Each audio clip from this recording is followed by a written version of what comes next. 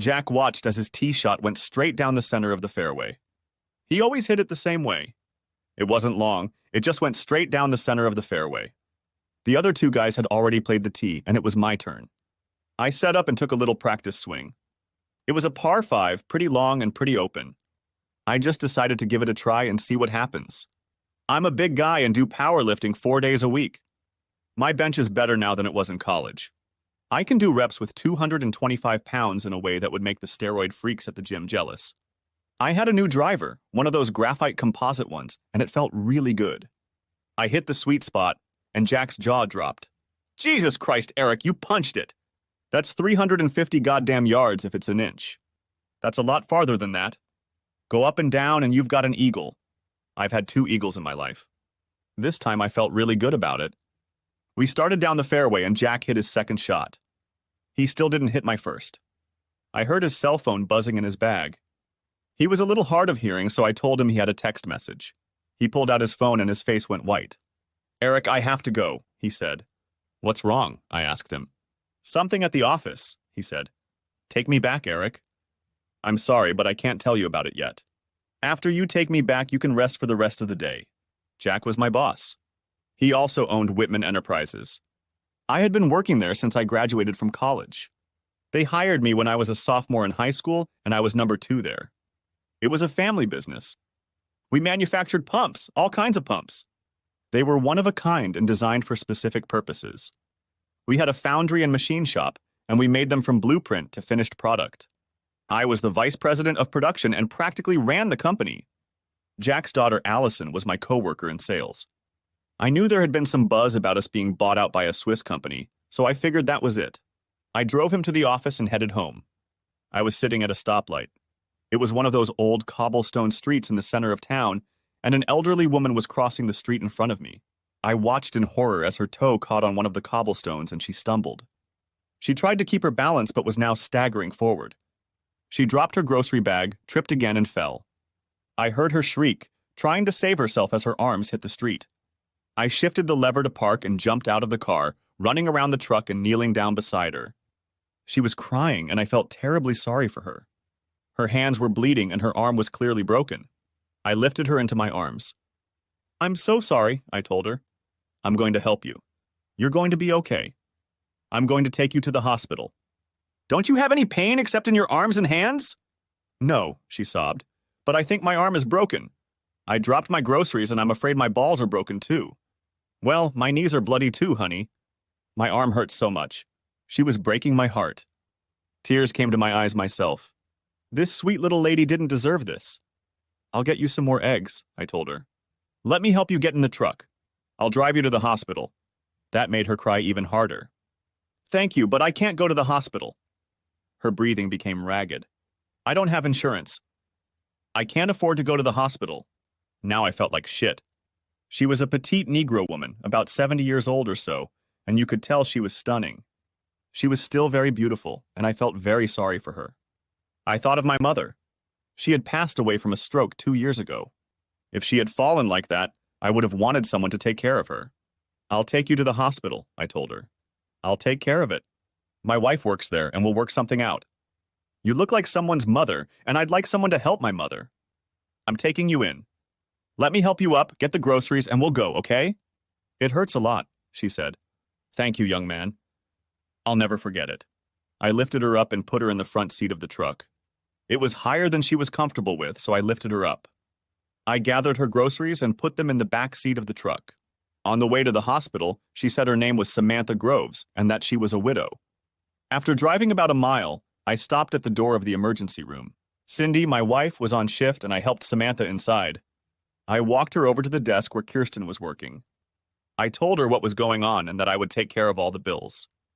She immediately carried Samantha to the bed, and Rachel, the nurse, cleaned up her hands and knees while we waited for the doctor. They tried to escort me out, but Samantha was against it. She wanted me to stay, period. I asked her if she wanted to call someone. She said her phone was in her purse, so I went back to the car and got it. She still needed ID, so when I got back, I gave it to Kirsten. Samantha pulled out her phone. It was one of those cheap phones that you can buy minutes on. She dialed a number and then started crying again. What's wrong, Samantha? I asked. I don't have a minute, she sobbed. This is just a terrible day. Here, use my phone. I handed her my Android. I had to show her how to use it, and she was talking to one of the women on the other end of the line. Cecilia, I fell and hurt myself, she said. I'm in the hospital. No, a very nice white man is helping me. Please, honey, could you please? Okay, please don't worry. I was wondering where Cindy was. She worked in the emergency room. She was a physician's assistant and was supposed to be doing this. I poked my head out and saw Rachel. Where the hell is Cindy? I asked. That woman is in pain and she needs help. Rachel blushed. She left for lunch. I called her and she'll be here any minute. What do you mean she went to lunch? She just got here. Cindy worked from 3 to 11. Lunch break came at 7. Rachel staggered for another minute or so, but finally just walked away. What the hell was going on? I walked back over to Samantha. She was still crying. I crouched down next to her and hugged her. It's okay, Samantha, I told her. Who did you call? My granddaughter, she said. She's in college. She just got out of class and she'll be here in a little while. Then you can leave. I know you don't want to stay here. Nonsense, I told her. I'm getting off work. It won't be such a bad day, Samantha. You have a new friend today. You're going to get better. Your granddaughter is on her way, and you won't have to work for a while because you'll have a cast on your arm. She giggled and hugged me back. She kissed my cheek and I heard a voice behind us. It was low and husky and sounded like smoky jazz. Who's your new lover, Grandma? I looked back and saw a vision framed by the hospital curtain. She was small, swarthy, and cute as a newborn kitten. She walked to the other side of the bed and kissed Samantha. I don't know his name, Samantha said. I was so excited I forgot to ask. I think he's a good Samaritan. He took care of me. I don't know where he came from, but he's a gift from heaven. My name is Eric Hollister, I told them. And you must be Cecilia. I was sitting in my car in the crosswalk and saw Samantha fall. There was nothing I could do but bring her here where the doctor should have been by now. I raised my voice. I knew I was being passive-aggressive, but I was starting to lose my temper. I poked my head out from behind the curtain and saw that Rachel was avoiding my gaze. Get Pierce, I told her. If no one's here in 5 minutes to take care of this lady, I'll make a fuss at the next board meeting. Where the hell is Cindy? Doctor? Pierce went to lunch with her, she said. Well, that's just great, I thought with disgust. Call Olivia. Your daughter is just an intern, Rachel said. Can she prescribe medication and order a cast for this lady? I asked. Yes, she can do that, Rachel admitted. Then summon her, I told her. I went back and sat down in the chair next to Samantha. My daughter is an intern here, I told her. She'll be here in a minute. I thought about Cindy and that creep Pierce going to lunch together. What the hell was going on? Cindy knew damn well I wouldn't like it. I'd already made that clear to her several times. The first time we dated was about 6 months. I met Cindy when we were assigned to be lab partners for a biology lab. She was absolutely gorgeous. A tall, lush girl with dark hair, fair skin, and the bluest eyes you'd ever seen. I asked her out for a cup of coffee after lab, and while we were there, I suggested we date, and she said yes. We went out to dinner and a movie, I know, not the most fantastic date in the world, but I was 19 years old. She kissed me goodnight at the door of her room, and I asked her out again. We had been dating for 6 months, and I was walking out of an electronics store with a new video game when I saw her and George Cooper walk into the Chili's restaurant next door. I walked in and they were sitting together in a booth in the back row. He was hugging her and she was laughing in his face. I turned around and went home. I had an apartment across the street from the school and I just picked up her stuff, put it in a box outside the door and went to class. For 2 days I didn't go home or talk to her. She called me about a dozen times and sent me a bunch of emails, but I didn't read or respond to them. Twice she waited for me at the front of the classroom when class was over, but I came back and told the professor I needed to talk to him in his office. We talked as we walked out the door and she didn't get a chance to say anything. I was skipping biology labs. When I got up Saturday morning, she was curled up asleep in the hallway outside the door. I stepped over her and walked down the hall. I must have made some kind of noise. I tried to be inconspicuous, but she jumped up and ran after me down the hallway, wrapping her arms around me from behind. She spun me around, her eyes blazing. What's the matter with you, Eric? She shouted. Why did you put my stuff out in the hallway? Why won't you talk to me? Why are you avoiding me? Have you met someone else? No, it is, I told her. I heard Cooper has an opening. Maybe you should give him a call. I know third-line runners have busy schedules. Is that what this is about? She asked incredulously. You know I went to school with him, right? We dated for a while, but now we're just friends. What did you think, we were lovers? I didn't think anything of it, I told her. I was coming out of the store and saw you walk into Chili's with him. We're just two old friends having lunch, she called out. What the hell is going on with you? My girlfriends don't dine alone with other men, I told her. You jealous freak, she cried and walked away. It was another 2 days before I saw her again. I may have been a jealous jerk, but I knew how to live with myself. If others couldn't, that was fine with me. The next time I saw Cindy was when she knocked on the door. I looked out and saw her in the hallway. I don't want to, I shouted through the door. It's me, she said. Can I talk to you? I don't think so, I said. I'm a jealous asshole, remember? I'm sorry I said that, she said. Please let me come in and talk to you for a minute. I opened the door. She stood there for a minute. She didn't meet my eyes. I'm sorry, Eric. I didn't know you would care. Now I know, and it won't happen again. Didn't you know that people in relationships aren't supposed to go on dates alone with members of the opposite sex? I asked. You're reading the wrong relationship books, Cindy. That phrase is from a cheater's manual, not a relationship manual. I'm not a cheater, she said. It was lunch. I've known him since 4th grade. All the more reason not to be alone with him, I told her. Why didn't you tell me you were having lunch with him? If you never have lunch, then you never cheat. That's my rule. I don't do it, and no one I'm in a relationship with does it. Okay, I get it. I'm sorry. It won't happen again. Okay, I forgive you, I told her. I started to walk away and she ran after me. That's it? She asked incredulously. You're just going to walk away from me? I'm a jealous asshole, I told her. I don't think we're on the same page, Cindy. The fact that you didn't see anything wrong with going to lunch with that asshole and not telling me about it tells me that nothing good can come of it. Jesus, Eric, she blurted out. Okay, I'm sorry I said that. I'm sorry I did it. Don't I mean more to you than that? Hell, I've been sleeping with you for months. Don't you know I love you? Are you really going to throw me out for having lunch with a guy I've known my whole life? I thought about it for a moment. No, I think that would be too much. I'm still mad as hell about it, but we'll see if we can work it out. If you're going to have dinner with a man other than me, you need to tell me ahead of time. I'll do the same for you. Eventually, things got better for us, and things were just on the up and up until senior year. I didn't really like campus life. I went to school to get an education, and most of the students were just jerks that I would never volunteer to hang out with. I had a few buddies that I socialized with. One of them was Patrick Kelly. He was a big soccer fan, and we had a pretty good team that year. He kept talking me into going to the game until I finally gave up and went. We didn't sit in the student section. His dad had season tickets, and we used them to get a seat on the 50-yard line. After the game, we were getting ready to leave, and I saw Cindy in the student section. I didn't know she was going to the game, or I would have asked her to join us. She was talking and laughing with a group of friends, and I started to walk up to her. Then she started walking down the steps, and there was a guy with her. She was holding onto his hand and laughing at him. I froze in place. It was George Cooper. He had an injury, and he was expelled that year. I just stood there, and she looked in my direction. Our eyes met, and she froze in place.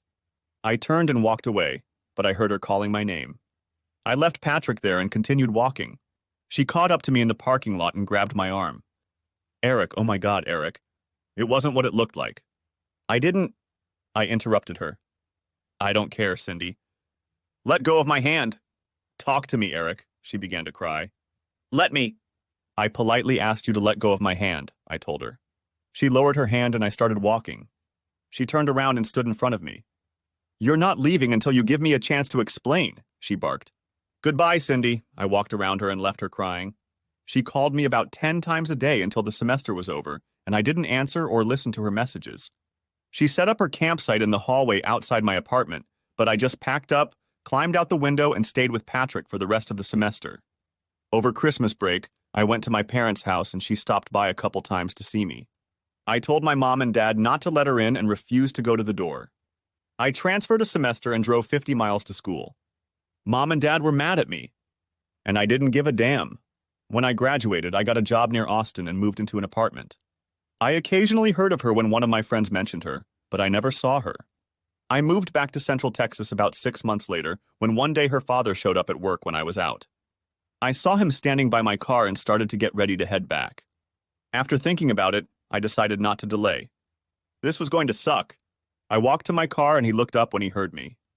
Eric, I know I'm the last person you want to see, but I'm a father and I have no choice. I love my daughter. I know what she did was very stupid. I know she did it twice. The problem is that she really loves you, Eric, and she's miserable. She lost 20 pounds. The first 5 didn't hurt, but she doesn't sleep, hardly eats, and only leaves the house when she hears you've come home and thinks she might see you somewhere. Put us out of our misery, Eric. At least talk to her. Maybe we can put this behind us and she can move on with her life. Please, our whole family is suffering. Well, it was as disgusting as I thought it would be. I felt really bad for him. It wasn't his fault, and he was my 6th grade baseball coach. I always really liked him and his wife. All right, Mr. Peterson, I told him. I don't know what to make of this. Cindy did that to me once, and I thought I made myself perfectly clear. I never imagined it would come up again. She doesn't think like I do. I don't know how to deal with it. I understand, he nodded. I even agree with you, but please just talk to her. Listen to what she has to say. That's all I'm asking. Thank you, Eric. I owe you one. You don't owe me anything, Mr. Peterson, I told him. You taught me how to play first base. I'm the one who owes you. Tell her I'll come home and pick her up at 6 o'clock on Friday, okay? We went to Cheddar's and I bought her dinner. I had heard it before, several times, and I didn't want to hear it again.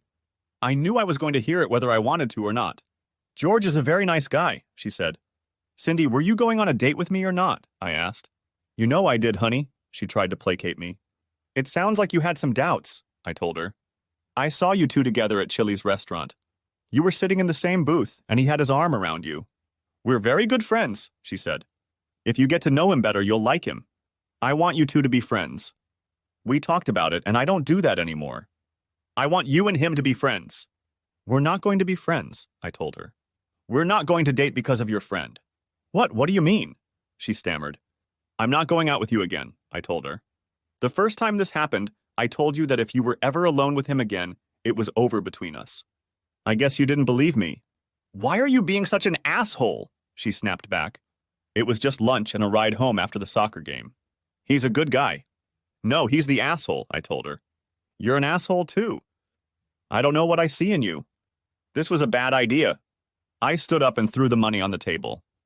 I didn't need the change. I walked out the door and headed for my car. I didn't realize she was following me until I pressed the remote button. Luckily, I only pressed it once and the passenger door stayed locked.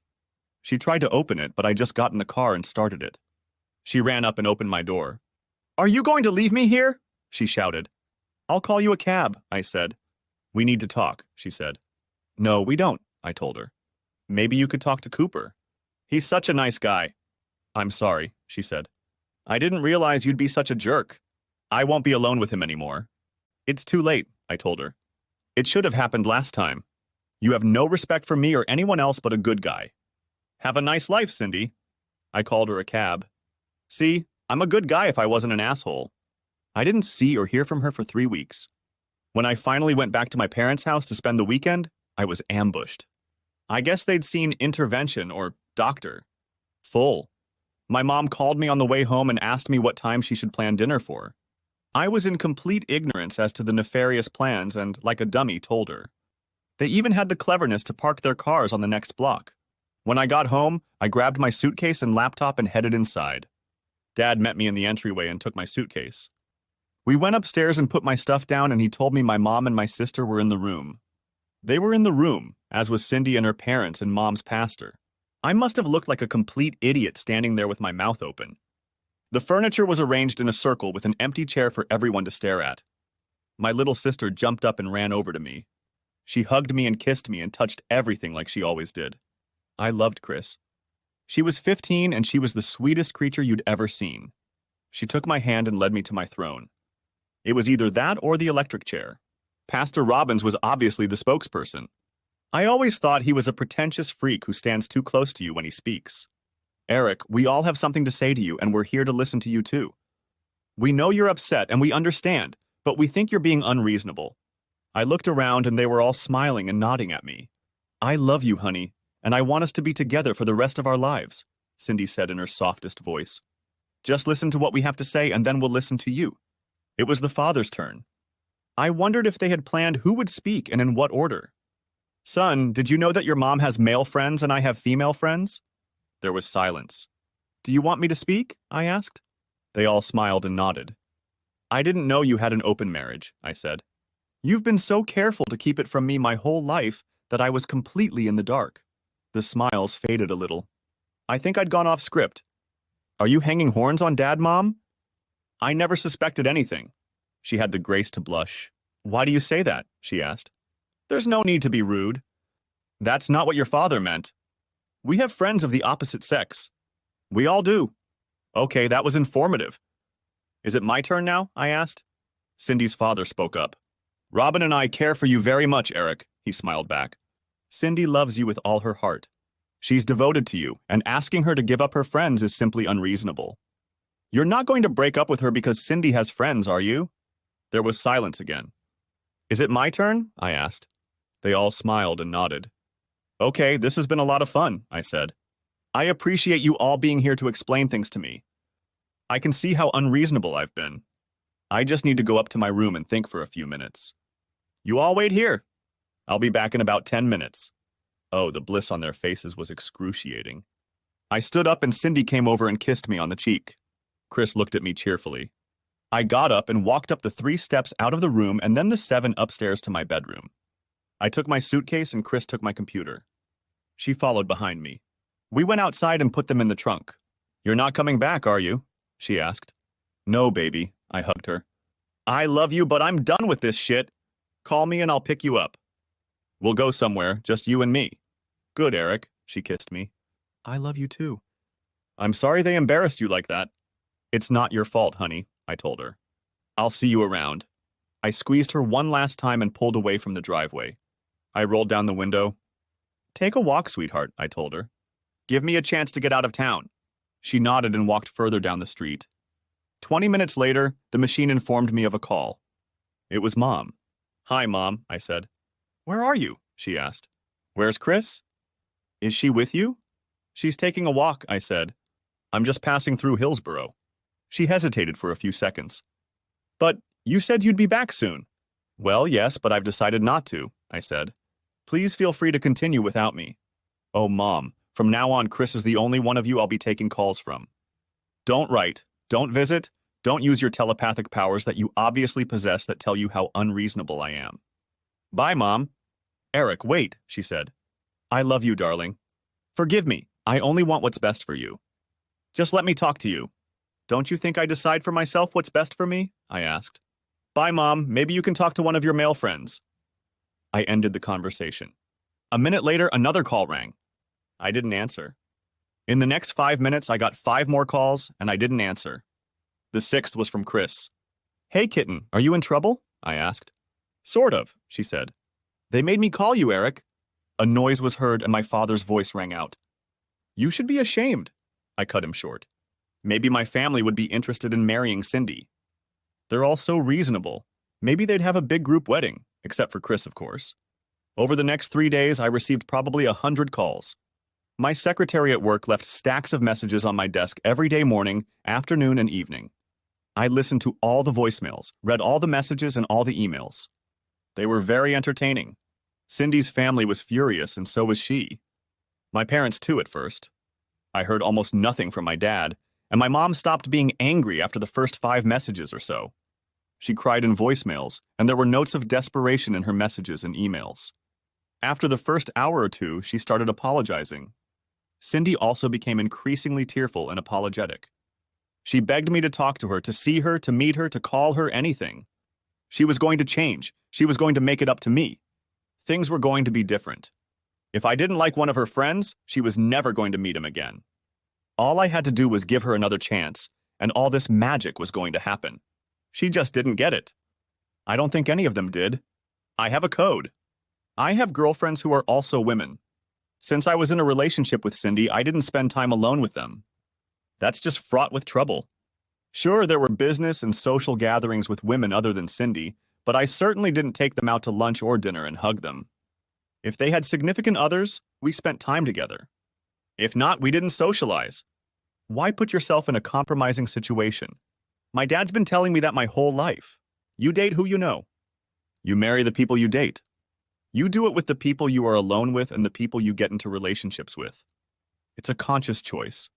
All this, I didn't mean for it to happen or it just happened crap makes me want to puke. It's a matter of conscious choice. I chose to be a one-woman man and my partner chose to be a one-woman woman. If it sounds like I'm inflexible, you're damn right I am. Sue me. Over the next week, I went on a couple dates and had a good time. It was kind of a relief when Cindy wasn't around. It was especially liberating not having to guess where she was or who she was having lunch with. I went back to McKinney and stayed at a hotel that weekend. I picked up Chris to take her to Six Flags. She ran out and jumped in the car when I pulled up. "You should hurry," she said. It was too late. Mom came running from the sidewalk as I started to back up. She jumped on the hood of the car, and I just couldn't drive away. I rolled down the window. "What do you want, Mom?" I asked. "Promise me you won't leave until I say so," she said. I sighed. "Okay, I promise." "What do you want?" She got up and walked over to the window. She leaned over, put her arms around me, and kissed me. "I wanted to say I'm sorry," she said. Tears stood in her soft brown eyes. "I should have respected you more, Eric. I love you so much, and you're killing me by not talking to me. You are my only son, and I beg you to forgive me. Don't cut me out of your life." I stroked her soft cheek. "What are you doing next Saturday?" I asked her. She looked at me hopefully. "Nothing," she said. "Is there anything you want me to do?" "Why don't I come and get you and Chris?" said I. "I'll take you to IKEA in Round Rock. Mom loved that place. Then we'll take Chris to the outlet stores and have dinner." Her smile was bright and happy. "10 sounds like a good time," she said. "We'll be ready, won't we, Chris?" Chris was excited about outlet stores and much less excited about IKEA, but she wanted to go. We had a great time at Six Flags, and I was looking forward to the next weekend. Work was going well that week. I had just started working and had a pretty steep learning curve to go through. I worked out some problems in the foundry, and Jack patted me on the back. That same week, I met his daughter, Allison. I drove to McKinney and pulled up in the driveway. Mom and Chris came out all happy and animated and jumped in the car. "Eric, I want to apologize to you again," Mom began. "Let's just forget about all this," I said. "Let's go shopping. All the clothes are on me. Mom, if you buy any crappy furniture, I'm not dragging it home." She laughed and off we went. We stopped for a bite of hamburgers and it was a good day. I brought home some crappy furniture. They were just lamps, but I told her she would be putting them together herself. The instructions that came with them were written by professional confusers. On Monday on my way home, I stopped at my favorite bar for a beer, and when I walked up the stairs to my apartment, there was Cindy sitting on the top step. I almost turned around and left. Then I got mad. This was my home, and I wasn't going to let her chase me away. I sighed and continued upstairs. I wondered what she was doing there in the middle of the week. She was in her last year of school to become a physician's assistant. "May I come in and talk to you?" she asked. "What do you want, Cindy?" I asked. I thought it was clear by now.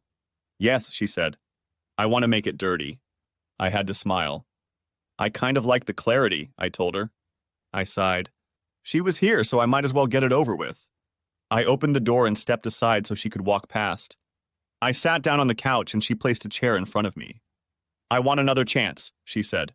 "Well, that's not going to happen," I said. "Why does everyone but me get one?" she asked. I wasn't going to date anyone, I told her. They regretted what they did and apologized. "Me too," she said. "I've apologized a million times." "I'm sorry, Eric. I had no idea you felt the way you do. How can I make it up to you?" "I'll do anything." "What the hell do you mean by I had no idea how you felt?" I asked. "I told you exactly how I felt." "I was stupid," she said. "I couldn't believe you really meant it. It sounded so unreasonable that I couldn't believe you were serious." I threw up my hands. "Do you have any idea how sick the word unreasonable makes me? Maybe I am unreasonable. It's just the way I am. I'm happy in my unreasonableness. If you're not, there's the door. I don't think it's unreasonable of me to expect my girl not to have dinner alone with other men or go to games with them. It seems like common sense to me. If it's unreasonable, then that's the way I am." "I understand now," she said. "What can I do to make it up to you? What can I do so we can be together?" Cindy didn't look well. Her usually bright hair was somehow dull and lifeless, and she looked gaunt. She looked like she was about to cry. Her eyes were full of tears. "I swear to God, if you start crying, I'm going to get up and kick you out of here," I told her. She snorted a few times and blotted her eyes with a tissue. "Eric, I'm so sorry," she said. "I didn't plan for this to happen. I didn't go to the game with him. I went with my girlfriends and he was just there." We were all talking and having a good time. He was going to give me a ride to my dorm. That's all that happened. Okay, I believe you, I said. So why don't you want to talk to me? She seemed puzzled. I'll talk to you about anything but you and me, I told her. I didn't think you wanted to talk about anything else.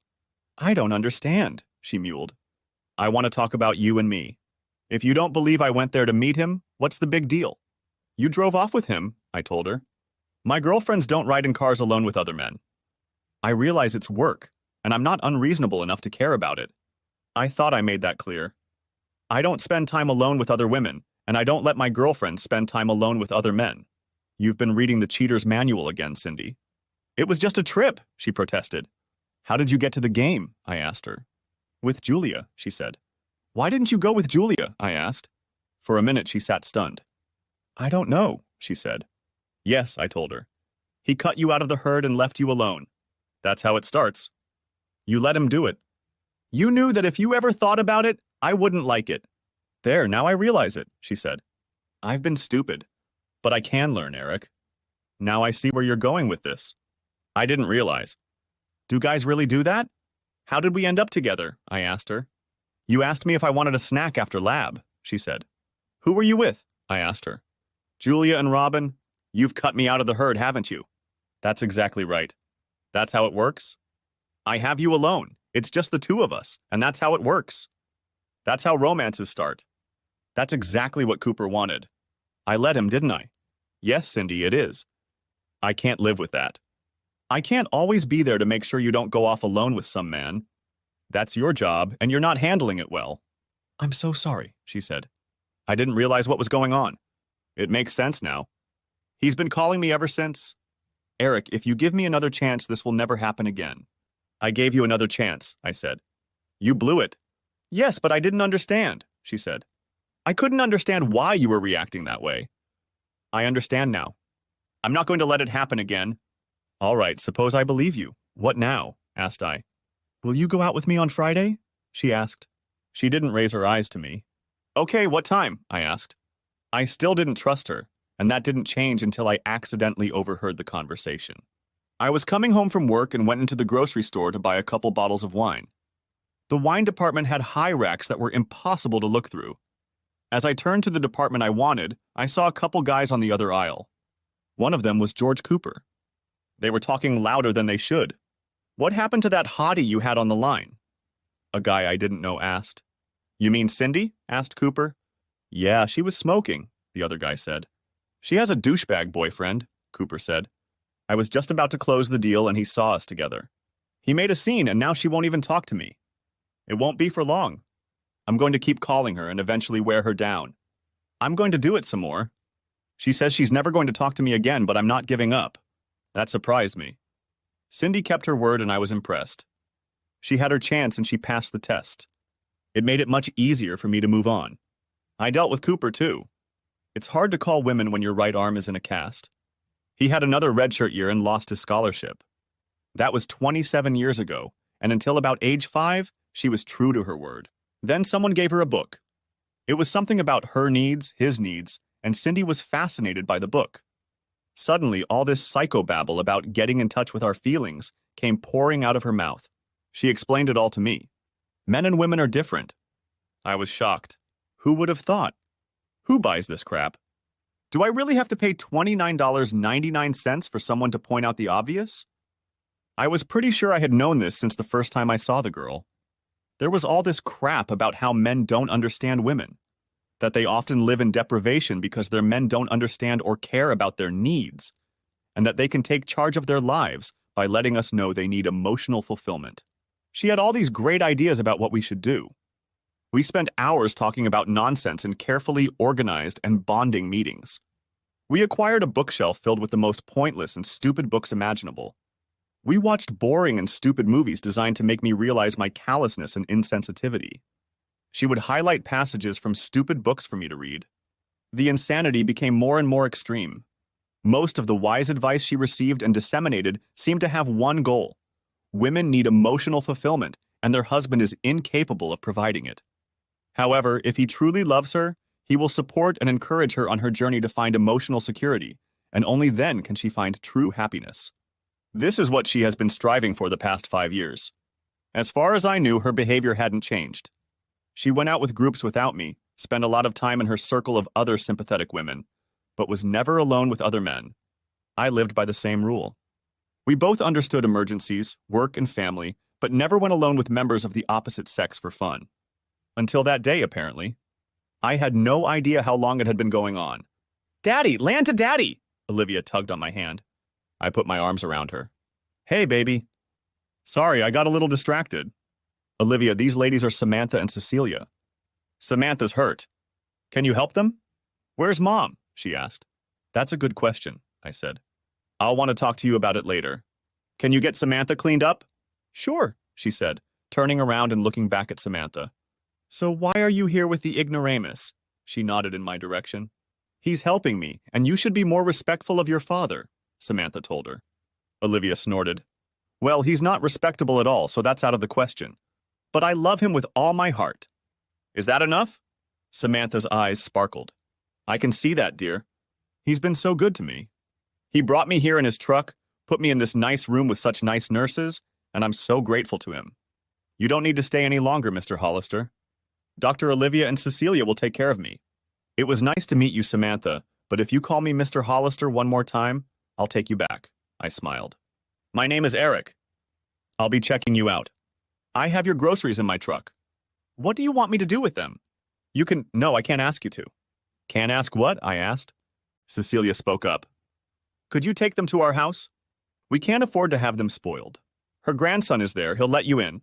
She led me out into the hallway and gave me the address. I turned to leave and she said quietly, "Eric, I'm so grateful to you for helping Grandma." She stood on her tiptoes, kissed my cheek, hugged me, and snuggled up to me. "You're a very good person." I patted her on the shoulder and went outside.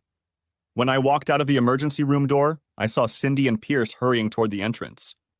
There was a large concrete column between me and them, and I could hear them talking. "This is really bad, Elliot," Cindy said. "It's really bad. God, I hope he's still there. We've got to make this right. We'll tell him we planned a board meeting. He can't find out about us." "I'm not ready yet." "He's too stupid to realize it," Pierce said. "He doesn't have the slightest clue." "You're wrong," she said. "He's smarter than any of us. Our only hope was that he wouldn't suspect anything. Don't forget we were planning a board meeting. I'll have Julia say she was there. Talk about a shock. I must have been really stupid. I didn't suspect a thing." I walked to the truck in a daze. I walked 2 blocks before I decided to check the address Cecilia had given me. I was going the wrong way. I rounded the block and then my phone rang. It was Cindy. I didn't answer it. I found the address. It was a small white frame house with a nice vinyl fence around it. I picked up the groceries and carried them to the door. When I rang the bell, a slender black guy answered. "Are you Samantha Groves' grandson?" I asked him. "Yes, what can I do for you?" he asked. His voice was somehow high and breathy, and my gay radar went off immediately. "She was in an accident, and I brought her groceries home," I told him. "She wasn't badly hurt, but she broke her arm and got a little scratched up. Your sister asked me to bring this." "I have no sister," he said. "If you mean Cecilia, she's my cousin." "Sorry, my bad," I said. "Would you mind putting the groceries away for her?" "Yes, I can." He looked me over from head to toe. "Would you like to come in?" "No, I have to run," I told him anxiously. "Wait, are the balls broken?" They were, and I promised her more eggs. That gave me an excuse to come back when Samantha was there. Now I had things to do. I went to Julia's house, but she was home. She looked shocked when she saw me at the door. "Paul's not here," she said nervously. "I wanted to talk to you anyway," I told her. At that time, Paul pulled into the driveway. "Well, I guess he's already here," I said. He jumped out of the car and grabbed his briefcase from the back seat. "Hey, buddy," he called out. "Let's grab a beer and sit on the porch. It's a nice evening. Julia, honey, could you get me and Eric a couple beers?" We sat down on the porch and Julia came out and handed us a couple bottles of Paul's homebrew. He makes really good beer. It was a nice pale ale. She started to walk back into the house and I caught her arm. "Julia, I told you I wanted to talk to you," I told her. She looked nervously at Paul. "I'm making dinner," she said. "Can I talk to you later?" "I think now would be a good time," I told her. "I don't want to give you time to make up a story." She burst into tears. "Don't make me tell you, Eric," she begged. "She's been my friend since 2nd grade. I don't want to get involved. Paul was angry at me or her, I couldn't tell which. What the hell is going on here? He asked.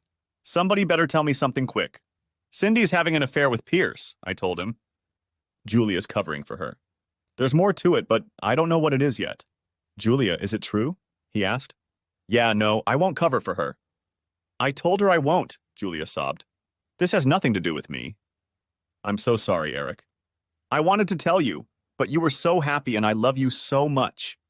I didn't know how. I didn't have time to figure out what I needed to do. I didn't have a chance to figure anything out. I didn't want you to get hurt. I stood up and hugged her. I know, Julia. I don't blame you. I'd be really upset if you lied for her. I'm sorry you got caught up in this. You don't deserve anything like this. I'll make it up to you somehow. It might take me a while. She sobbed against my chest. I'm so sorry, Eric. I don't know what's wrong with her. She's acting crazy. Maybe she'll come to her senses. Do you know how long this has been going on? I asked her. No, I first heard about it when she called me an hour ago, she said. She acted like it had been going on for a while. Well, I apologize again, Julia. Paul, I didn't mean to drag you into this. I just knew she was trying to get Julia to lie for her. I had to see for myself. If there's anything we can do, just ask us, Eric, he said. You know we'll be there for you. Know any good divorce lawyers? I chuckled. Actually, yes, he said. My partner is a family law specialist. You should talk to her if you decide to go that route. I thanked them and apologized again. I drove home, hating the thought of going inside. Cindy wouldn't be there, but Olivia would be. What was I supposed to say? I wondered if she knew and was covering for her mother. I'm going to have to find out. It would just kill me. I was in enough pain as it was. On the way home, I called her and told her I would get chicken for dinner. The Popeyes happily agreed, and we sat down at the table and ate. She told me about Samantha. She was given painkillers and a cast, and Cecilia took her home. We chatted for a while, but there was no way I was going to start. I wasn't even sure I wanted to know. She finished cleaning up the rest of the food, and I just picked her up in my arms and carried her to the couch, sitting her down and cuddling her. She looked up at me and saw tears streaming down my cheeks. Daddy, what's wrong? She asked. Why are you acting so strange? Livy, I always called her that when she was little, you know I love you very much, don't you? Yes, I love you too, she said. You're starting to scare me, Daddy. You're not sick or anything, are you? I had to laugh. No, baby, I'm not sick. Is there anything you want to tell me about your mother? I know you two work together. She looked me in the face with the bottomless blue pools of her eyes. You know, don't you, Daddy? She said quietly. Yeah, I found out about it today, I said. Why didn't you tell me, baby? She began to cry. Because I had no proof, she said. I suspected it. I asked her about it and she just laughed at me. She said I was talking nonsense and that she didn't want to hear anything like that again. I couldn't prove anything except that they were disappearing at weird times and acting weird around each other. What are you going to do, Daddy? I guess that's up to her, I said. I'm going to confront her too. I'm not going to listen to lies. If she lies, we're finished. We're probably finished anyway. I don't know how to handle this, honey. Will you help me? I'm ready to die for you, Daddy. She hugged me tightly. I'm on your side. She lies and cheats. I won't stand for it. The thought of my mother lying to me just kills me. And the thought of her doing that to you makes me even angrier. I want to slap her. Yeah, me too, I grinned. I don't want to go to jail and I don't want you to get violent either. We need to take it easy, okay? Yeah, I know, but I'm still pretty pissed, she said. We should change the locks on the door or something. Sounds like fun, I laughed. I'm afraid it will be temporary. She might get the law to let her back in. We'll see what happens when I meet her. I want to be there, she said. It's my family too. Okay, we'll just sit here and I'll hold you until she gets home, okay? We cried together for a long time. I felt like my life was crashing down around me, and I don't know what I would do if my baby girl wasn't by my side. It was still more painful than anything I had ever experienced, but I knew that Olivia and I would be together. In the end, we just cried it out. We made some adjustments to our living arrangements and began to wait. She got up, got us each a scoop of ice cream, and we watched the movie until we saw the headlights of Cindy's car come on in the driveway. She looked very nervous when she walked into the house and saw us. Olivia was still by my side, wrapping her arms around my neck. Cindy tried to wave me away. Hey, you've been waiting, she said. She walked over and tried to kiss Olivia, but she held up her hand. Leave it alone, Mom, She practically spat at her. We all know. Don't try to pretend everything's okay. Eric, can I talk to you alone for a few minutes? Cindy started to stalk toward the bedroom. Noticing that I wasn't moving from my spot, she stopped. Just a few minutes, she said. No, we're fine, I told her. What do you think you're doing, Cindy? She came back and sat down in the club chair across from us. I saw her square her shoulders and take a deep breath. I have a relationship with Elliot Pierce, she said. It has nothing to do with us, Eric. There's nothing wrong with us. It's something completely separate from our marriage. I'm not leaving you or anything like that. It's just something I need. I can talk to Elliot, and we have an emotional connection. We've talked about everything. You won't notice the difference in our lives. I won't neglect you. This is just between me and him. I need something else. I've been very happy with you, but I need something different than what you're giving me. Olivia laughed. Yeah, like that's going to happen. Be realistic, Mom. Olivia, this has nothing to do with you, Cindy said. It only has to do with your father and me. So when are you moving in? I asked Cindy. What are you talking about? She asked. I'm not moving out. Why would I move out? Well, you need a new place to live, I told her. After the divorce, we're going to have to sell this house. Olivia and I need to find another place. What divorce? She asked. We're not getting a divorce. I don't want a divorce. I don't care what you want, I told her. The complete lack of respect you just showed me and your daughter just led you to this. What the hell have I said or done in the last 27 years to make you think I would agree to this? No, we're getting a divorce, Cindy. I predict it's going to be long and nasty. And after the divorce, you're in for a long, nasty single life. Why are you acting like this? Why can't you just accept that I have needs that aren't being met? She complained. It doesn't have to affect us at all. We're not going to get divorced. I love you and I want to be with you for the rest of our lives. Well, too bad you don't always get what you want, I said. I want to have a wife who doesn't sleep with that creep Pierce. Did I get what I wanted? Did anyone ask me if I wanted to get sloppy seconds with that asshole? I don't remember that conversation. Eric, I want to be a whore. You don't mind, do you? When did we have this conversation? Did you hear that conversation, Livy? No, I didn't hear that, she said. Did you really tell Daddy you wanted to be a whore, Mom? This is ridiculous, Cindy stood up. I can see that neither of you are adults. When you grow up, we can talk. If you're just going to insult me, we can just not talk. Okay, I don't like listening to whores anyway, Olivia said. When are you leaving, Mom? I've always wanted Daddy to be alone. He's adorable. I'm not going anywhere, Cindy shouted. Stop saying that. Oh, you're going somewhere, I told her. To hell, I hope. Maybe they have a rogue wing. I predict you'll be gone in a week. You imagine you're a virtuous good man and act so sensible and so loving, but you're not. Now that we all know what you are, you can't bear our presence. You're just a rotten person, Cindy. You have no concept of right and wrong. We all know that now. I'm going to tell all our friends, our family, the people you work with, everyone.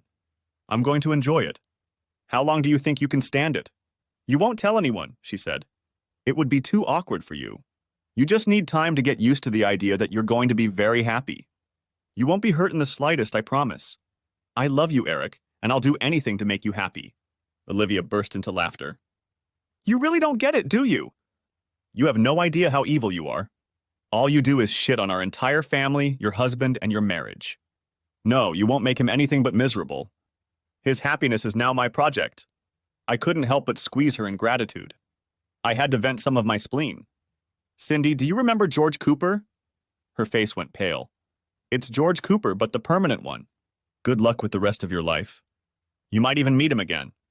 You don't seem to be too picky about the people you sleep with. You bastard, she said. How can you talk about that? It's not like that at all, and you're the only man I've ever slept with. I didn't sleep with Elliot. Olivia and I looked at each other. I was kind of shocked. The question was, did I believe her? And the other question was, did it matter? I decided it didn't. So what's holding you back? I asked her. Yes, she said. I need you to accept it. Elliot and I have talked about it. If you really love me, you'll be happy for me that I've found such an emotional outlet. He doesn't mind that I love you and that I would never leave you. It's just meeting my emotional needs. Olivia was hysterical. Oh my God, she gasped. She couldn't stop laughing. Mom, I never knew you were like this. Where did you get this nonsense from? Did that evil creep Elliot put that nonsense in your head? God, I hope I didn't get any genes from you. Cindy blushed, and I thought she was about to explode with rage. Olivia, you can go to your room, she said. I won't have you disrespecting me like that. Are you crazy? Asked Olivia. I'm 25 years old. I'm a grown woman. You can't send me to my room. I pay my house payment every 3 months, just like you. I have my own wing. Why don't you go to your room? Oh, wait, that's Daddy's room. Maybe we'll let you stay in one of the guest bedrooms until the divorce. I hate cheaters, and you're one of them. I hope that bastard was worth it. You know he molested every woman in the hospital, including your daughter? That's just a lie, shouted Cindy. He loves me. You're just making this up to hurt me. Why are you guys such assholes? Don't you want me to be satisfied and happy? I needed to deal with this before things got out of hand. Cindy, you're digging your own grave every time you open your mouth, I told her. You should stop talking. I accept that you need to be realized and happy. There's the door. Chase your dreams. You need to give up the idea that you can have your cake and eat it too. You're a deal breaker, Cindy. If being with me was part of your self-actualization, you just threw that away. Maybe you can be realized with Pierce. I don't know. He looks like he's hard to fulfill with anything. He's an anemic little shit. He's getting ready to be unemployed. Maybe after the divorce he'll have a pot to piss in, but I doubt it. I think his wife is smart enough to get a prenup. I'm sure her father is too. I too would be surprised if you keep your job. Her father is the president of the AMA in this state. When they find out what the two of you do, it could get ugly. We haven't done anything, she protested. There's no reason for any of this. You lied to me, tried to get Julia to lie for you, planned to hang horns on me along with that miserable bastard, and showed professional dishonesty. None of you were on duty when the emergency you were supposed to be covering arose. I don't think the board would approve that. Both of you could lose your license. We didn't do anything wrong, she began to panic. It looked like the script they'd developed was going off the rails. Besides, I don't believe you weren't having fun with him, Olivia said. You lied about everything else. I didn't have sex with him. I'm not lying, she said. Why should we believe anything you say? I asked her. At least you were going to. This is just as bad. You see what the problem is? We don't believe you. That's what happens when you start lying. Nobody believes anything you say. Worse, you tried to get Julia to lie for you. I heard you planning those lies, Cindy. I think you should go see if Pierce has any more good ideas. I'm not going anywhere, she said. You'll probably change the locks while I'm gone. Olivia and I looked at each other and almost choked with laughter. Cindy had no idea what we were laughing about, but she didn't like it one bit. I don't know what you find funny about this situation, but I don't find anything funny about it, she muttered. No, it's an inside joke, I said. The situation isn't funny, it's pathetic. You're pathetic, Cindy. Now back off, Olivia and I were doing something. She was yelling and crying and freaking out, but Olivia just kept turning up the volume on the TV. We have an amazing sound system and we just ignored her. Finally, she went into the kitchen and heated up some chicken. She came back and tried to sit on the couch with us, but we moved to my big chair. Finally, she got fed up. Fine, she shouted through the TV. Just act like a couple of spoiled brats. I'm going to bed. When she reached the bedroom door, she found it locked. Olivia turned off the television for a moment. Your stuff is in the blue room, she said affectionately. That's Daddy's room. She turned up the volume again, and Cindy just stood there watching us, and then she walked out into the hallway. When she closed the door, I kissed Livy and we went to bed. In the morning, I left for work before they got up, but nothing was happening there. Jack was in a meeting and left an order for me to take the day off. That was good because I had an appointment with Paul's partner. Her name was Jasmine Albright, and she was one hell of an impressive lady. She was in her early 40s and she just radiated class. Tall, slender, swarthy, with a mane of blonde hair, she was just gorgeous. She was smart as a whip and got me cleaned up pretty quickly. The rest of the day I ran around town doing all the weird things she wanted me to do. I visited the bank, the insurance agency, the HR department at work, and our investment advisor. I sat on the phone for ages, talking to people who didn't understand English, getting credit cards changed, policies amended, and a million other things. I was exhausted. I had one more stop to make. I went to the grocery store and bought 3 dozen eggs. I took them to Samantha's house and Cecilia opened the door. I was struck again by how beautiful she was. She was so tiny and cute. She looked to be about 14, but I knew she was in her second semester of college. The slender boy was absent, and I was glad for that. Cecilia gave me a hug and invited me in. I walked into Starbucks and bought 3 coffees and 3 poppy seed muffins. Samantha was reading a magazine in a comfortable chair in the living room, and her face lit up at the sight of me. She tried to get up, but I hurried over and knelt beside her chair. I put my arms around her and she kissed me on the cheek. The 3 of us sat there drinking coffee and eating muffins, talking. Samantha was feeling much better and couldn't stop telling me how much she loved Olivia. We talked about Cecilia's schoolwork. She wanted to be an educational administrator. She was going to transfer to a 4-year school after graduating from a community college and was working hard to get a scholarship. I was spontaneously admiring her. She had huge brown eyes and a small face. Her hair was just a curly mop about a foot long and covered her right eye most of the time. One tiny ear was visible and it was pointed like an elf's. In general, she looked like someone's fantasy drawing of a magical creature. She caught my gaze a couple times but only smiled and winked. I stayed for half an hour and kissed them both goodbye. I promised that I would visit them again soon, and as I left I felt that I had made 2 good friends. I decided that I would visit them often and see if they needed anything. They didn't mention any men in their lives, and a slender young man didn't seem very comfortable to me. Livy was home when I arrived, and I invited her over for a barbecue.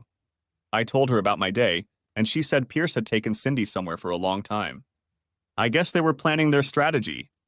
Well, I was executing mine and everything was going well. We both went to bed before Cindy got home. She knocked on the bedroom door, but I put in my earplugs and just went to bed. In the morning I left, and there was a note on the table for me. She decided we needed to talk and asked me to wait for her that night. Work was back to normal, but I was out of sorts. Allison came in to discuss some sales-related issues, and I couldn't concentrate. The 3rd time she had to shake me up, she asked what was going on with me. I'm sorry, Allie. I'm not at my best today, I told her. Well, you'd better go over there, she said. What's the problem? I'm getting a divorce, I told her. Her jaw dropped. What the hell, Eric? What did you do? I didn't do anything, I said. Well, I may have done a lot of things, but Cindy came home and announced that she was in a relationship with that creep, Pierce. It won't affect our marriage in any way. She'll make sure I'm not unhappy, but she has to fulfill her needs. Jesus Christ, she exploded. What the hell does that even mean? I have no idea, I told her. She was talking some crap about emotional fulfillment. She insists she hasn't slept with him, but she's going to, and if I love her, I should let her be happy. She got up and walked over to the bar. She poured us each a couple fingers of her good bourbon, came back and sat down. Allison is one of the most beautiful women I've ever met. She just screams sensuality every time you look at her. It's almost impossible to put into words. Her body is just perfect. She chews up men like a shark chews up a bait fish. I was always about half afraid of her. But she didn't hate it and became probably my best friend. There was always tension between us, but we dealt with it. She was also Olivia's best friend. What are you going to do? She asked. You're not planning any stupid revenge plans, are you? I laughed. No, I just want to get this over with and move on. I've wasted too much time as it is. I just don't care, Allie. I'm just tired. I'm too old and too numb to conspire. I'm going to take Pierce down, but I'm not going to kick his ass or anything. I'm not going to do anything illegal. His ass is in a bind, but he doesn't know it. I don't care about him enough to kick his ass. I was wrong, but I didn't know it at the time. I really believe that if they had just left me alone, everything would have been fine. Allison spent the rest of the day with me, and it was very good for my ego. She made me promise to take her out to dinner Friday night, and I headed home. When I opened the door, there was a lot of yelling inside. Cindy and Pierce were sitting on the couch, and Olivia was standing in front of them, reading them a funeral prayer. She poked her finger at his chest, and he made the mistake of brushing her hand away. Before he realized what hit him, she grabbed his hair and pulled his nose down to meet her rising knee. The nose didn't win in this fight, so I pulled him out the door by his hair. When we got to the porch, Olivia kicked him in the ribs, and I pulled him against me and threw him off the porch into a barberry bush. He squealed like he'd been mauled to death by house cats and was writhing on the ground. The thorns scratched him bloody, and he crawled to the curb and got into a parked car. When he got out of there, he burned his tires, and I looked at Olivia. She burst into laughter, and we separated in different directions there on the porch. Cindy wasn't laughing. I can't believe you did that, she shouted. We came here to have a civilized conversation and you acted like savages. I can't believe you did this to this nice man. You didn't even give him a chance. You would have liked him if you had just given him a chance. I gave him a chance, I told her. I didn't kill him, so he has a chance to start running when he sees me. Back off, Cindy. Baby, do you want to go to a movie? I asked Olivia. We cleaned up, changed clothes as Cindy stood in the hallway looking at us rapturously, and went for a walk. We watched a really bad movie that Olivia loved and I hated and went to eat wings. When we got home, Cindy was gone. Maybe something urgent had happened at the hospital involving the removal of the barbs. Friday night, I took Allison out to dinner and we went to the club. My conscience was clear. My marriage was over. She was an amazing dancer and gave me all I could handle. Guys were always asking her to dance and she said she wouldn't dare come unaccompanied. I volunteered to accompany her anytime. There aren't many hot women on my social calendar, I told her. She grinned. Well, I'll agree with you. I've had a crush on you since I was 15, you know. Yeah, I've noticed you pining, I laughed. I've been scared to death of you since you turned 15. I know, she said. I would never hurt you, you know that, don't you, Eric? I know, honey, I told her. I'm not really that afraid of you. You're very loyal to the ones you love. If I found the right guy, I'd be very devoted to him too. She nuzzled her face into my chest as we danced. That person could be you, Eric. I'm honored, Allie, I told her. I'm really upset right now. I don't know if I'll ever get over it. Remind me again when you decide I'm healthy, okay? Count on it, she said. Take me home, Eric, before I attack you. I hope my batteries are in good shape today. We laughed and I drove her home. She pounced on me at the door, and it was the hottest kiss of my life. She didn't try to continue it, and I was grateful. My bruised ego felt much better after that. When I got home, Cindy was still awake and trying to start something, but I felt too good to listen to her ramblings. I went to bed, closing the door behind me. I didn't feel like getting up on Saturday morning. I lay in bed and tried to make plans for the day. Finally, I got up and Cindy made coffee. I ate a brownie and drank a cup. She came in and said we needed to talk. No, we don't need to talk, I told her. Every word you say just makes me angrier. You need to stop talking. Where do you want to get the papers? My lawyer told me the papers will be ready on Monday. Do you want them handed to you at work or here? I'm tearing up these papers, she said. Why can't you understand that I don't want a divorce? Yes, you do want a divorce, I told her. Everything you've done since you started having fun with Pierce has been heading toward that inevitable end. If you didn't want a divorce, you wouldn't have started this shit. Maybe I made a mistake, she said. I've been doing a lot of thinking. I don't want to lose you, Eric. I didn't think you'd react this way. You knew perfectly well I'd react this way, I told her. What made you think differently? Think back to the last time you pulled something like that? We were just immature kids then, she said. I thought you were more mature now. Yes, I told her. And you don't. Mature people don't act like you do. Hell, Olivia is more mature than you. All people are more mature than you. And you act like you're in high school. It's hopeless. You're hopeless. Why don't you go hang out with Pierce? You two seem to be alike. I went outside and started the lawnmower. She sat on the deck and watched me while I mowed the backyard. When I opened the gate and started mowing the front yard, she sat on the porch and watched. I got out the weed knife and trimmed everything, and Olivia came out and went swimming. She sunbathed for a while, and I went into the house and took a shower. I put on my swim trunks, grabbed a couple beers, and headed over to her place. We had a few water fights, sat on the edge of the pool, drank beer, and had a little father-daughter interaction. She had a date that night, and I wondered what I could do to get my mind off Cindy. I called Cecilia and asked if I could bring dinner for her and Samantha. She seemed to love the idea, and I cooked most of the day. I'm a pretty good cook, and I put my best foot forward. Cindy asked me twice what I was cooking, but I just ignored her. I packed a cooler and a basket and drove to their house. Cecilia helped me, and we heated some things up and opened one of the bottles of wine I had brought. They were very impressed with my cooking skills. I even made a chocolate cake, and it was one of my best attempts. They seemed like old friends to me. I felt very comfortable with them, and we talked about nothing and everything. Cecilia asked me if I wanted to go for a walk, and as full as I was, it seemed like a good idea. We started walking, and she quickly put her little brown hand in my big one. I felt like I was walking with a little girl. She was bouncing and chattering like a little girl, too. She was absolutely adorable and very sweet. I put my arms around her and pulled her close to me. She wrapped her arms around my waist and pressed her hip against my thigh as we walked. It made me very sad. I remembered all the walks I'd taken with Cindy that went like this.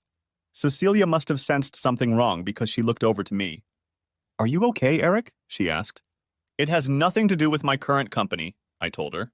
It's something else. I don't want to ruin the mood. I really enjoy spending time with you and Samantha. I'm a very good listener, she said. My wife told me last week that she's having an affair with another man, I said. She says she hasn't slept with him yet. I don't believe her, but the idea that I have to put up with this because she needs it just boggles my mind. This is what she told me. It has nothing to do with us. I just need to be emotionally fulfilled and happy. Oh my God, exclaimed Cecilia. Eric, I'm sorry, but she looks like an idiot. How long have you been married? 27 years, I told her. I don't know if I've just been blind and stupid all this time, or if she suddenly went crazy. I needed to get away from her, and I lashed out at you. I'm sorry. Nonsense, she said. You can impose on me anytime you want. I really, really like you, Eric. What are you going to do? At this rate, I'm going to divorce her, I said. She doesn't see anything wrong with what she's doing, and I can't be married to someone who doesn't see anything wrong with it. No, me neither. I'm so sorry, Eric. I can't imagine what you're feeling right now. It's not right now that it's bothering me, I admitted. I'm with you, and you make me forget about my problems for a while. Being with you and Samantha makes me feel like there's a normal place in the world where I can just look in and feel like I belong. I know I have friends and people who care about me. Thank you, Cecilia. She looked up at me and turned, wrapping her arms around me, snuggling against me with her tiny body and burying her face in my chest. I'm here anytime you need me, she said. I'll never forget what you did for Grandma. She asks me every day if I've seen the hospital bill. You didn't have to pay for her, but you did. You will always be special to us. Eric, I know you're confused right now. Just let me know when you've sorted it out, okay? Then I'll have something to tell you. We walked and talked for 2 hours, sitting on benches. Sometimes she would snuggle up to me, and her little palm would be clasped in mine. I learned that her mother was a drug addict and sold her body to get drugs. She had died of hepatitis 5 years earlier, and Cecilia had been living with Samantha since her mother died. The slender young man I met was her cousin. Her mother's brother had followed a similar path, but died of a gunshot wound. Her cousin's name was Ty, and as I suspected, he was gay. He had his own apartment, but was seen quite often. I loved talking to her. She was smart and funny, and you could bond with her. But that didn't happen for a while. I was too frustrated and too wound up to even think about a romantic interest. We were walking back, and Samantha offered me another cup of coffee. I took it, and we talked for a bit before I headed home. Olivia was home by then, and we sat together on the couch while she told me about her date. Cindy came in and sat down. I guess she wanted to listen, but Olivia stopped talking and just stared at her. What? Asked Cindy. I'm interested in my daughter's life. You shouldn't get too carried away, Olivia said. You're not going to be in it for very long. Don't you have somewhere to go? Surely Pierce would want you to socialize with his children. He must be lonely, poor sweet man. Maybe you should go and comfort him. And Daddy and I will console ourselves by talking about our family, which you've tried with all your might to destroy. Of course, this made her angry, and she spent a long time yelling about how selfish we are and that no one cares about her and what she needs. Cindy, you seem to care about yourself and what you need in isolation, I told her. You don't need any help. We're going out to dinner. Where are we going? She asked. Well, we is me and Olivia, I told her. You can date Pierce. She screamed for a long time before we left. It was interesting to me that she just kept yelling. After we got home, Livy and I played Trivial Pursuit and she tried to play with us. She made popcorn, asked if we wanted it, and just mocked us until we went to bed. When I went to work on Monday, I was so normal that I even managed to get some things done. When I got home, Cindy was waiting for me. She had Monday off and was obviously busy. When Olivia walked in, dinner was already on the table. She had cooked everything she could, and it was delicious. She always knew how to cook. She tried to make normal conversation, but we mostly ignored her. I went and met Allison at the bar, and we talked for a while and played pool. She's a pool shark too, and she took me up on it. Olivia called me around 8 and asked me to meet her at the Riverside Hotel. She said it was very important, but she didn't say why, just that it was important and I should hurry. Allison wanted to come, and as we pulled up, I saw Olivia's dart across the street. She came over and sat Allison next to me as she got into the car. Hi, Allie, she said. Dad, Mom left right after you did. She was on the phone, and I think she was talking to Pierce. I followed her, and they came here. They checked into a room and stayed there for about 20 minutes. I have the evidence. We argued about it for a long time. Allison thought it was stupid and dangerous, and I really didn't want to know. Olivia turned the argument around by saying that if Cindy tried to resist the divorce, I could threaten her with a video. That seemed reasonable to me, and Allison came around too. I went to the counter and asked the guy what room my wife was in. I told him I had to meet her, and he checked my ID and gave me a key card. We stopped in front of the door, and Olivia had the camera ready. When we opened the door, Cindy and Pierce were having fun. She jumped to her feet and screamed as Olivia watched. "What the hell are you doing here?" she shouted. "This is a private room." "We were just leaving," I told her. "Well, so much for I didn't have sex with him." "You made me do it," she shouted. "You made me do it. If you hadn't been such an asshole, everything would have been so nice and loving." "No, you had to be a hard asshole." "Hi, Cindy," Allison said. "Some women like pathetic wimps." She took my hand. "And I like strong, tall." "Get your hands off my husband," screamed Cindy. We turned and walked away, and I closed the door. We walked back to the truck, and I was in a sort of daze. Allison got behind the wheel, and Olivia followed us to Freddy's. We sat down to a cocktail, and they started talking. They noticed I was quiet, and they moved closer to me. "Eric, I know it's bad, but it's not the end of the world," Allison said. "You're going to be okay? You have people who love you." "I love you. Olivia loves you. Everything is going to be okay. I know things look bad, but I have news for you that will change everything. I'll tell you tomorrow at work. You have a meeting with your dad at 10 o'clock. It'll shake things up a bit, but it's just what you need right now. Take me back to the car." I stepped out between two of the most beautiful girls on the planet, and I felt good. Not so much that everything felt good, but good nonetheless. I took Allie back to the bar and headed home. Olivia was waiting for me, and we talked for a while. About an hour later, Cindy came in. "I stopped for gas on the way home, and my credit cards aren't working," she said. "What did you do, Eric?" "Well, since we're getting divorced, we can't have joint cards anymore," I told her. "We also have separate bank accounts now. I have one, you have one, and there's a third one that Olivia is in, also for household expenses. I put half of our savings and half of our investment accounts into your checking account. You'll have to get your own credit cards if you need them. The server said you tore up the papers. I suggest you get new ones and sign them. If you don't, I will send your new pornographic video to your parents. I don't know if they like porn, but since you're a star, they might like it."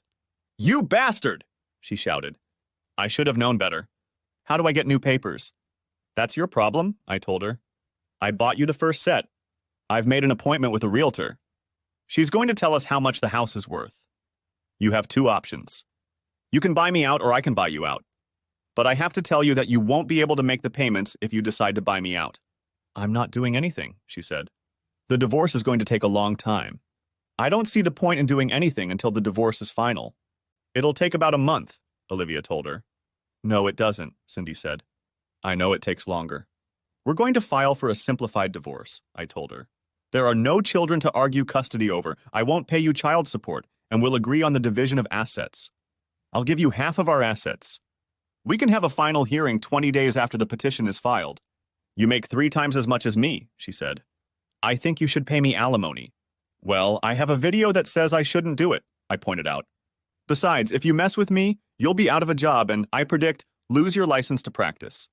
She argued and ranted until Olivia and I left and locked ourselves in our bedrooms.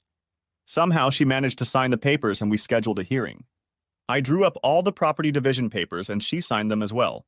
Every day for 27 days she told me she didn't want a divorce. She loved me, and it was all just a misunderstanding on my part. As the hearing approached, she became more and more desperate. 3 days before the hearing, she left me a note that she needed to talk to me and Olivia and asked that we please wait until she got home from work.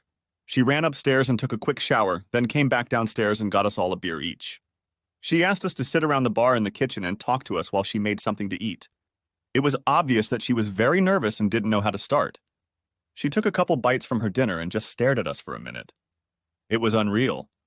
We had been here so many times and now it was over. I had no idea what she wanted. Finally, she sighed and began. "Eric, Olivia, I want to apologize to both of you," she said. "I've made some terrible mistakes. I never dreamed all of this would happen. I never thought it would come to this. I completely misjudged you, Eric. I expected you to understand and support me. I realize now that that was a mistake. I get it." "No, you're not wrong," I told her. "It wasn't a mistake. You still don't see anything wrong with what you did. In your mind, the problem isn't what you did, it's that I didn't understand or support you. It was just my emotional need. Why can't you understand that? I love you, Eric, always have and always will. Why are you so jealous and immature? Well, I remember something about us standing in front of 100 people and promising each other to leave everyone else behind, I told her. And before that, you said you understood me and that what you did then would never happen again. It did, only this time it's worse. It's not that I don't understand and support you, Cindy. It's that you are lying, deceitful, and unfaithful. You did this, not me. Oh, please. Now she was disgusted. What about all the time you spend with Allison? I know about you and her. You don't know shit, I told her. I never laid a finger on that girl. But don't think I didn't think about it. You know what kept me from doing it? I was married to you. I loved you with every fiber of my being, and the thought that I might betray you, hurt you, kept me from ever having a relationship, let alone sex with anyone else. I've never been with any other woman, sexually or otherwise, in all the time I've been exclusively with you. It's all because of you. I don't believe you, she said. I believe you, Olivia said. You're the only one I don't believe. Of course, Daddy's little angel, shouted Cindy. You always hated me and you were on his side. Bullshit, Olivia said. You're just mad at everyone around you because you screwed up yourself. Now you say you're apologizing. For what? For getting caught? What's the big deal? You have no idea what you're talking about, Cindy shouted. Of course I do, Olivia grinned. That's pathetic, Mom. And you left Dad for this? I didn't throw anything away, she cried. I never wanted any of this to happen. I don't want a divorce. I love you, Eric. Can't you see that? No, I just see a supremely selfish woman who needs to get her needs met, regardless of the damage she does to others, I said. Are we done? No, Cindy sobbed. What do I have to do to make things right? I'll do whatever you want me to do. Please don't divorce me, Eric. Let Daddy speak for himself, though. Eric? She looked at me with pleading eyes. Okay, don't sneak around behind my back, don't date other men, don't lie to me, I said. Oh, wait, you've already done all that. The train has left the station, Cindy. We've had a few happy years. I'm not going to burn your house to the ground. I'm willing to give you half of everything we have except Olivia. Thank God she's all grown up. I'll keep her. I don't need half of everything, I just need you, Eric. She turned and walked up the stairs, looking like she was a zombie. 3 days later, the divorce was finalized, and Olivia and I moved to a new place. We found a nice 3-bedroom apartment not too far from the hospital where she worked and not too far from my job. We went furniture shopping and finally made the apartment feel like home. I put the house on the market and Cindy couldn't take it anymore. When I got home from work, she was standing leaning against my truck. What do you want, Cindy? I asked. Where am I supposed to live? She asked. Don't you think this has gone on long enough, Eric? How long are you going to stay mad at me? Can't we just move on before it's too late? Are you really going to sell the house or is this just a lesson to me? If it's a lesson, I learned it, okay? Now stop it and come home. I realize now. I made a mistake. Can't you forgive me? I forgive you, I said. Now would you mind stepping away from my door so I can go home? She left to her car and I went home, not to the old house but to the new one. I'd been there about an hour when the phone rang. It was Jack. Eric, we have a meeting at 10 in the morning, he said. That's the one we were supposed to have a while ago. We had some problems, but everything is on track now. It's important, and I want you to be on top of it. Allison told me about what's going on in your life. I want to know that you can handle it. I told him I was fine and that I would be ready. I really was fine. I surprised myself. Upon reflection, I realized it was almost inevitable. What was surprising was that it lasted as long as it did. There was something wrong with Cindy's moral compass. She'd always been like this. The only thing holding her in the right direction was the fear of losing me. I made such an impression on her after the George Cooper story that she didn't forget it for 27 years. The idea that her needs had to be met finally overcame her fear, and she began to act on it. I had lost a lot of time. I was 46 years old and had to start planning the rest of my life. I called Allison to see if she wanted to hang out. She had a date. I called Samantha and invited her and Cecilia to dinner. They were free, so I made reservations at Gino's. It was a nice Italian restaurant that I had been to before. It was a little pricey there, but the tetrazzini were unbeatable. I took the car out to drive them. I didn't feel like driving a truck up to a nice restaurant. They made it to my house and I let them in when they rang the doorbell. They oohed and ahed about the new place, and I treated them to a glass of wine and gave them the grand tour. When we were ready, I took them to the garage. Cecilia started jumping up and down. Oh my God, she shrieked. What is it? I looked around for a spider or something. What is it, Cecilia? That's quite a car. I like it. What is it? It's a 1951 Mercury, I said. Do you want to ride in it? Hell yeah, she practically drooled. What's in it? She asked. Don't tell me it's one of those cheesy 302S. No, I don't really like that engine, I told her. They used to put them in Mustangs, but they broke in half at over 500 horsepower. It was a Windsor 351. That's a stroker, and this is a 408 making about 540 horsepower and 575 pounds per foot of torque. Tell me you're not a gearhead enthusiast? I like hot dogs. She snatched the keys out of my hand. It took her a minute to realize there were no door handles on the car, but she pressed the remote and the doors opened. We jumped into the car and she started it. A rumble filled the garage and she was like a kid in a candy store. Her eyes were flashing, her hair was flying in different directions, and she was just adorable. She saw the nitrous oxide switch and squealed, I have to try this. She couldn't wait. She backed up and smoked the tires, heading down the street. Samantha shrieked, and I buckled her seatbelt and mine too. Cecilia laughed. Nervous, Eric? Terrified, I told her. She really was a very good driver. She kept in the fast lane and was going about 6 or 7 miles an hour over the speed limit. We pulled onto an empty stretch of highway, and she looked at me with one eyebrow raised.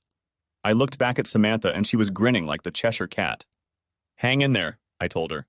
Cecilia hit it, and we found ourselves pressed into our seats. She hit the switch, and the nitrous turned on. We were flying when she turned off the switch and came back down. Her teeth were gleaming, and she was just vibrating with excitement. Thank you, Eric, she threw me a glance.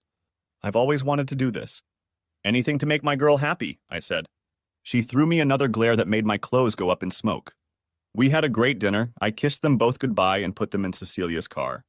Samantha hugged me and whispered in my ear. She likes you, Eric. Be nice to her. I winked at her and she got in the car.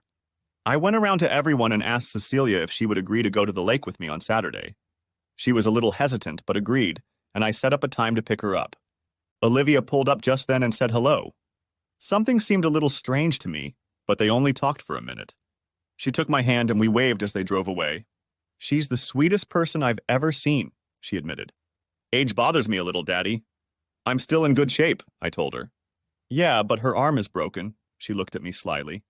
I burst out laughing. I think Samantha is too big a woman for me. I squeezed Olivia in a hug. God, I love you, baby, I told her. Me too, she said.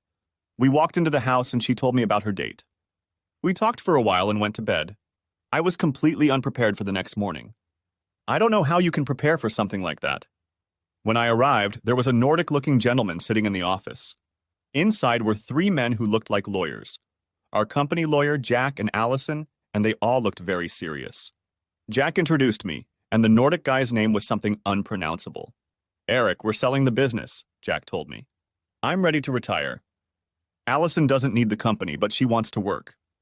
The only way I'll agree to the sale, and the only condition they put on the purchase, is that you become president of the company and regional vice president at the parent company. I have prepared a package of documents for you to look at. I think you'll like it. He held out the folder to me. I didn't look at him. What about Allie? I asked. She smiled happily at me. I'm moving into your old job, she said. I'm promoting my assistant and getting a big compensation package myself. Thanks for thinking of me, Eric. I squeezed her hand. Okay, I'll look into it, I said. When do I have to make a decision? I had 2 weeks. That night I took Allison out to dinner. She wanted to go dancing afterward and we had a great time.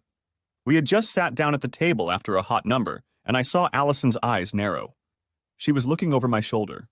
I turned to look and saw Cindy an asswipe. She was dragging him by the arm and it was obvious he wanted no part of it. Cindy lowered herself into the booth across from us and pulled him behind her. Allison nodded. Cindy, Needledick, it's so good to see you. Cindy became furious. Allison, I don't think you're in a position to call someone names. I know your life. It didn't take you long to move in with my husband, did it? I think we're divorced, Cindy, I remarked. Then I'm not your husband. Maybe it slipped your mind. I don't date married men, Allison said. I wonder if you can say the same? Is Niddick here divorced? I know his wife has filed for divorce, but I haven't heard that it's been done. Yeah, and we all know who's to blame for his wife kicking him out of the house and not letting him see the kids, Cindy snapped back. Did you really have to send her that video, Eric? You ruined a good man's marriage. I think you also had something to do with getting us both fired. I hope you're pleased with yourself. Well, I pretty much think so, I told her. I'm no longer married to a cheating whore. The scumbag who ruined 2 marriages is in a world of hurt right now, and I think you're both the ones responsible for everything that's happened to you. I heard the state is going to revoke his license. Something about him not being in the emergency room when the emergency arose? I hope your needs are being met. Emotions okay? Everything has been great, but I think you should take deep shit and leave. Olivia hasn't spoken to me since you moved out, she said. Did you really have to sick her on me too? It's all on your conscience, I told her. I haven't said one bad word about you. The thing is, we don't talk about you at all, Cindy. You hurt us, but we move on. Call her if you want to talk to her. She won't return my calls, she snapped back. She's blocked me. How is that my problem? I asked. Maybe she's getting her needs met. Now it's time for you to go. I didn't invite you to sit down, and I'm going to see if Dickwad's nose is healed. He left unceremoniously, and Cindy left out of breath. I didn't care as long as she left. I stood up and pulled Allison to me for another dance. The song changed to a slow number, and she pressed herself against me. I'm sorry, Eric, she said into my shoulder. It's not your fault. I'm sorry she ruined the party. She raised amber-colored eyes full of smoke at me. Who says it's tainted? She asked. I looked down at the vision in my hands. I wasn't kidding when I said I loved you, she said. I never thought I'd get the chance. I love you too, I said. You're my best friend. You wouldn't even go to dinner with me if it wasn't a business, she laughed. Yeah, but I didn't trust myself with you, I laughed. I didn't trust you either, for that matter. I know you, Allison. You'd eat me up and spit the bones out. You are so wrong, she said. I've been looking for someone like you my whole life. You just set the bar so high that I could never find a guy like that. I would never hurt you, Eric. I think you've created an image of me in your imagination that doesn't match reality, I told her. I'm 10 years older than you, even though you look 20-something. I'm easygoing, moderately tough, and a little broken. Yes, I know all about it, she said. I've been working with you for years. Sometimes you piss me off. You're so damn stubborn when you think you're right, but you're willing to die for the ones you love. You have no idea how attractive you are to me. You're still a little boy at heart, Eric. You've had a lot of growing up to do lately. You don't seem to be embarrassed by Cecilia's age. Take me home, Eric, she said. We got to her house, got down to it, and after a while she started crying. I was shocked. I'd never seen her cry in all the years I'd known her. I know I am what I seem to be, she gasped. I was meant to be like this. The only man I ever wanted was someone I couldn't have. I could have been anything for you. I swear, Eric, if you give me a chance, you'll never regret it. I believe you, baby, I told her. I've never seen you hurt anyone you love. I trust you. Let's go ahead and see what happens, okay? Will you go on dates with me? I forgot how it's supposed to happen. I never thought I'd need to know it again. I know, she whispered. Don't worry. I'll take care of you. I have a meeting out of town tomorrow afternoon, but I'll be free, very free, as soon as I get back. I thought I was completely exhausted, completely drained, but she proved me wrong at 5:30 in the morning. Then I took a shower and rushed home to change. Olivia walked in when I had already rushed out and looked at me. Daddy, I need to talk to you tonight, she said. Okay, baby, I kissed her cheek. I grabbed my bagel and headed out. When Allison walked into work, she saw me staring at her and said, Keep thinking like that. When I get back, we'll close the door and... Jesus, Allie, I peeked out from behind the door. Marla will hear you. Fortunately, my assistant wasn't at his desk. After Allison left, work became routine, and I left at 4:30. I was exhausted, and I was looking forward to taking a quick nap. Olivia had just gotten home when I walked in and went to change. The doorbell rang, and when I opened it, Cecilia was standing there. She rushed inside and hugged me. Would you like something to drink? I asked her.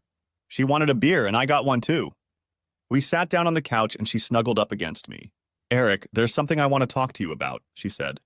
Uh-oh, I thought to myself. Life is getting complicated. I looked down at her. The thing was, she was younger than Olivia. I liked being around her. Hell, I liked everything about her. But I saw insurmountable challenges, even aside from Allison. I waited for her to speak. I don't know how to tell you, she finally uttered. I'm very grateful to you for what you did for Grandma, and you've been so good to us ever since. I know you like me, Eric.